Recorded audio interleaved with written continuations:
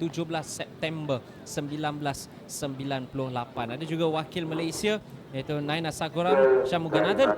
Itu menjadi rekod kebangsaan yang dipegang sehingga kini. Dan inilah dia 21 pelari yang akan terus memulakan larian tersebut. Kita akan mula berkenal-kenalan setelah kita menyaksikan siapa yang berada di hadapan terlebih dahulu, siapa yang berada pada kelompok mana. Tapi jika dilihatkan permulaan yang cukup bertenaga di sini yang dilakukan, 83 ialah Ryan Victor Beger, pingat perak. Shirnawas di kedudukan yang pertama. Dan di kedudukan yang kedua, dan menyaksikan sambil jika dilihatkan, perhatikan lonjakan itu juga. Itu sebenarnya akan banyak membantu kerana tidak terlalu masuk ke dalam kolam, hanya satu kaki saja yang membolehkan recovery yang lebih pantas. Terus saja melonjak dan lonjakan itu juga jauh.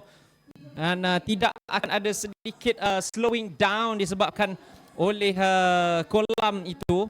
Untuk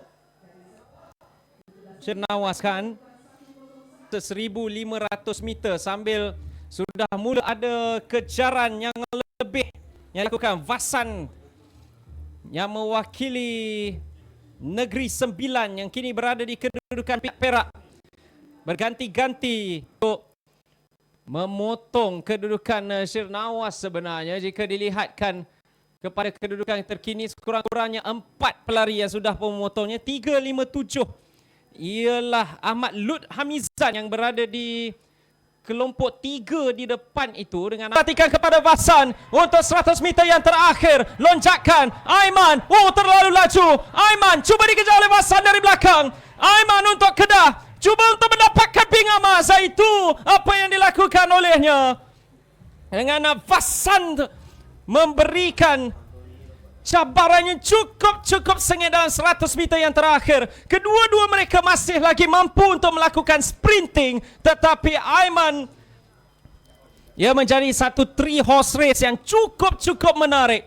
Dengan Vasan Putih Siramani mendapatkan pingat perak apabila mereka berkejaran, mereka memecut ada 100 meter yang terakhir. Setelah halangan yang terakhir, adanya pecutan yang terakhir, suatu yang cukup kompetitif dari awal hingga ke akhirnya. Dan kesemuanya sudah pun terbaring.